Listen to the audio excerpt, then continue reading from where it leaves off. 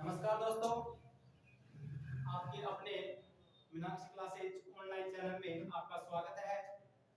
दोस्तों, हम अपनी क्लास में चर्चा कर रहे थे राजस्थान की खारे पानी की झीलों के बारे में, और उसमें हमने सबसे पहले देख लिया था सांबर झील को कि सांबर झील कहाँ पर स्थित है, कितना नमक उत्पादित होता है, कैसे क्या जिसमें जो भी होता है उसके बारे में हम बात कर लिए थे। आज हम दोस्तों उसी को आगे बढ़ाते हुए हम बात करेंगे डीडवाना झील। डीडवाना, और दोस्तों ध्यान होगा आपको, जो डीडवाना झील है वो आपकी कहां पर है, आपको अच्छी तरह ध्यान होगा, नागौर में। ये आपकी जो डीडवाना झील है वो आपके नागौर में स्थित है। जो डीडवाना झील है इसके बारे में देखो मैं कुछ बातें बताता हूं। जैसे मान लीजिए ये आपकी डीडवाना झील है, डीडवाना झील, ये डीडवाना झील है, खारे पानी की झील नागौर में। दोस्तों इसके बारे में ये कहा जाता है कि इसका जो नमक है, नमक वो कैसा है, खाने योग्य नहीं है, खाने योग्य नहीं है। इसका नमक क्या है, खाने योग्य नहीं है, क्योंकि इसमें सर्वाधिक क्या पाया जाता है, सोडियम सल्फेट। इसमें क्या पाया जाता है दोस्तों, सोडियम सल्फेट। ये चीज आपको ध्यान में रखनी है कि इसमें सोडियम सल्फेट पाया जाता है। क्या पाया जाता है, सोडियम सल्फेट पाया जाता है। इसलिए इस झील का, डीडवाना झील का नमक खाने योग्य नहीं है। ये चीज आपको ध्यान में रखनी है कि वह कौन सी झील है जिसका नमक खाने योग्य नहीं है। तो डीडवाना झील, और कहां की है, नागौर की है। क्यों नहीं है खाने योग्य, क्योंकि इसमें क्या पाया जाता है, सोडियम सल्फेट पाया जाता है। अब आप यूं कहोगे कि साहब इसमें नमक भी बनता है, नमक खाने योग्य नहीं है, तो इसका नमक का क्या करते हैं।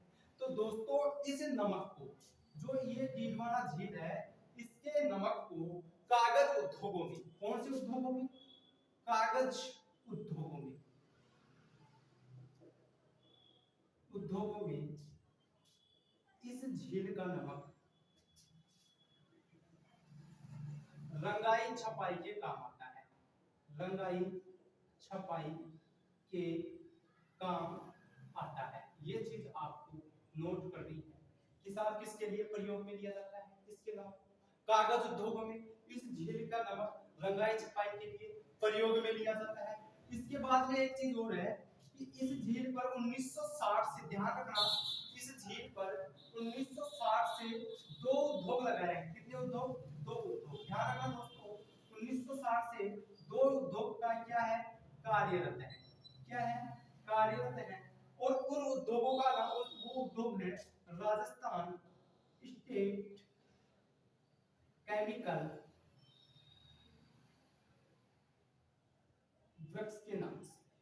ध्यान रखना, इस झील पर दो उद्योग लगाए गए, 1960 से स्थापित है और कार्यरत है, राजस्थान स्टेट केमिकल के नाम से इस पर स्थापित किए गए हैं। और दोस्तों एक चीज और ध्यान रख लेना, इस झील पर जो नमक बनाने वाली संस्थाएं हैं, जो निजी क्षेत्र में, इस झील पर निजी क्षेत्र में, ध्यान रखना, निजी क्षेत्र में नमक बनाने वाली संस्था, नमक बनाने वाली संस्था, यहीं से प्रश्न उठा के पूछता है, ध्यान रखना, देवल कहलाती है। दोस्तों ध्यान रख लेना, देवल, देवल कहलाती है। इसको नोट कर लेना कि क्या कहलाती है निजी संस्था, देवल कहलाती है। ये चीज आपको नोट में करनी है, ये आपको ध्यान में रखना है कि उस संस्था को किस नाम से जाना जाता है। और ध्यान रखना दोस्तों, इस झील के किनारे एक मंदिर है, मंदिर, और वो मंदिर है सरकी माता। सरकी माता का मंदिर, यानी पाडा माता, पाडा माता इसी को कहा जाता है। सरकी माता का क्या है, मंदिर इस झील के किनारे स्थित है। और इस झील का अगर उपनाम आपसे पूछ लिया जाए कि इस झील का उपनाम क्या है, तो दोस्तों इस झील का उपनाम है खांदा झील। ध्यान रखना, ये हो गई आपकी दोस्तों डीडवाना झील, नागौर। हमने सांबर झील के बारे में चर्चा की, सांबर झील के बाद में खारे पानी की डीडवाना झील के बारे में बात की, जो आप अच्छी तरह देख सकते हो। इसका नमक खाने योग्य नहीं है क्योंकि इसमें सोडियम सल्फेट पाया जाता है। तो अगर खाने योग्य नहीं है तो इसका नमक कागज उद्योग में रंगाई छपाई के प्रयोग में लिया जाता है। 1960 से दो कार्यरत है, राजस्थान स्टेट नाम से। निजी क्षेत्र में नमक बनाने वाली संस्था देवन कहलाती है और मंदिर है इस झील के किनारे सरकी माता का और इसका उपनाम है खांदा झील। इसके अलावा दोस्तों हम बात करते हैं आगे की, हम चर्चा करते हैं, आराम से इसका स्क्रीनशॉट लेते चलो और लिखते चलो। अब आगे हम बात करेंगे इसके बाद में जो नेक्स्ट जो झील है वो पचपदरा झील है। कौन सी झील है? पचपदरा। अब आपको पता होगा कि पचपदरा झील है वो कहां पर है, आप सब जानते होंगे कि पचपदरा जो झील है बाड़मेर में है। आप अच्छी तरह आपको पता होगा बालोतरा बाड़मेर में। ये चीज आपको ध्यान में रखनी है कि पचपदरा झील कहां पर है, तो वो है आपकी पचपदरा बाड़मेर में। तो मैं यहां पर लिख देता हूं और आप लिख लेना पचपदरा। ध्यान रखना दोस्तों, पचपदरा झील। और पचपदरा झील आपके बालोतरा और बालोतरा आपका कहां पर है? बाड़मेर में। ये चीज आपको ध्यान में रखनी कि बाड़मेर बालोतरा में एक झील है उसका नाम है पचपदरा झील। दोस्तों ध्यान रखना इस झील के निर्माण के बारे में, निर्माण के बारे में कुछ तथ्य मिलते हैं और वो तथ्य ये मिलते हैं कि इस झील का निर्माण पंचा नामक, कौन? पंचा नामक, पंचा नामक भील के द्वारा। इसका निर्माण किसने करवाया था? पंचा नामक भील ने करवाया था। कौन सी भूमि को सुखाकर? दलदली भूमि को सुखाकर, दलदली भूमि को सुखाकर इस झील का क्या किया गया था? निर्माण। ये चीज आपको नोट में करनी है कि दलदली भूमि को सुखाकर कौन सी झील का निर्माण करवाया गया? तो पचपदरा झील का निर्माण कराया गया। कहां पे कराया गया? बाड़मेर में। और किसने किया? तो पंचा नामक भील के द्वारा इस झील का निर्माण करवाया गया। अब इस झील पर क्या करते हैं दोस्तों, एक जाति है, एक जाति खारवाड़ जाति। ध्यान रखना खारवाड़ जाति, ये चीज आपको ध्यान में रखनी है। खारवाड़ जाति के लोगों के द्वारा, ये चीज आपको नोट करनी है कि इस झील पर खारवाड़ जाति के लोगों के द्वारा मोरली नामक झाड़ी, मोरली नामक झाड़ी की टहनियों, टहनी आप जानते हो, टहनियों को सुखाकर, सुखाकर नमक को सर्वपोष्ट बनाया जाता है। ध्यान रखना सर्वपोष्ट बनाया जाता है, सर्वपोष्ट बनाया जाता है। ये चीज आपको नोट में रखनी है कि सर्वपोष्ट नमक किससे बनाया जाता है? मोरली नामक झाड़ी को सुखा, उसकी टहनियों को सुखाकर बनाया जाता है। और कहा जाता है कि इसमें क्या होता है कि इस एक चीज और ध्यान रखना कि जो ये झील है इसके नमक में 98% सोडियम सल्फेट पाया जाता है। ध्यान रखना दोस्तों, sodium chloride, sorry chloride, sulphate नहीं, क्लोराइड पाया जाता है। सोडियम क्लोराइड पाया जाता है। कितना प्रतिशत? 98%। और एक चीज आप नोट कर लेना दोस्तों, और वो नोट आपको क्या लिखना है कि इस झील के पास तेज गति से चलने वाली रेलों का प्रशिक्षण केंद्र स्थित है। इस झील के किनारे के किनारे तेज गति से दौड़ने वाली ट्रेनों का यानी ट्रेनों का प्रशिक्षण केंद्र स्थित है। ये चीज आपको ध्यान में रखना है कि तेज गति से दौड़ने वाली ट्रेनों का प्रशिक्षण केंद्र कहां पर स्थित है? तो तेज गति से दौड़ने वाली ट्रेनों का दोस्तों प्रशिक्षण जो केंद्र है वो आपके पचपदरा झील बाड़मेर में स्थित है। इसके बाद में हम चर्चा करेंगे कि इसी झील पर 22 एक नोट में आगे और देख लेते हैं कि 22 सितंबर 2013 को, बहुत अच्छा नोट है दोस्तों, 22 सितंबर 2013 को, ध्यान रखना, पचपदरा झील के पास में यानी एक गांव पड़ता है दोस्तों साजियावाली, साजियावाली गांव।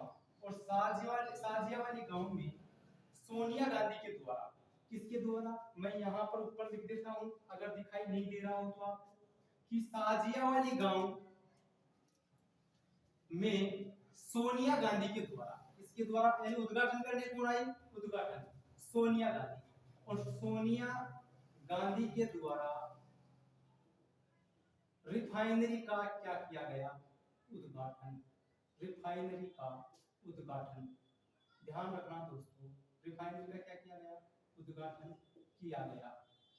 ये चीज आप नोट में करनी है। एक बार आप इसका स्क्रीन लेके चलो। आगे हम चर्चा करते हैं नेक्स्ट झील की।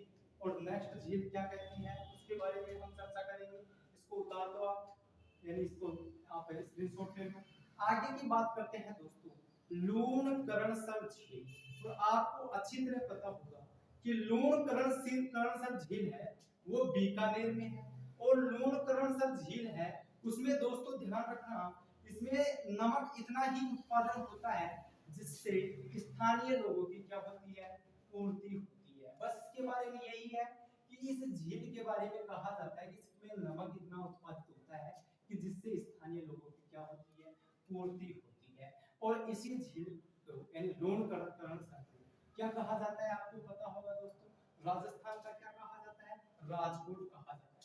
तो यहाँ मैं लिख देता हूँ लूणकरणसर। लूणकरणसर झील। और लूणकरणसर झील आपको अच्छी तरह पता है दोस्तों वो कहाँ है? बीकानेर। इस चीज को आपको ध्यान रखना है। अब इस झील के बारे में क्या होता है? इस झील ध्यान रखना से नमक का उत्पादन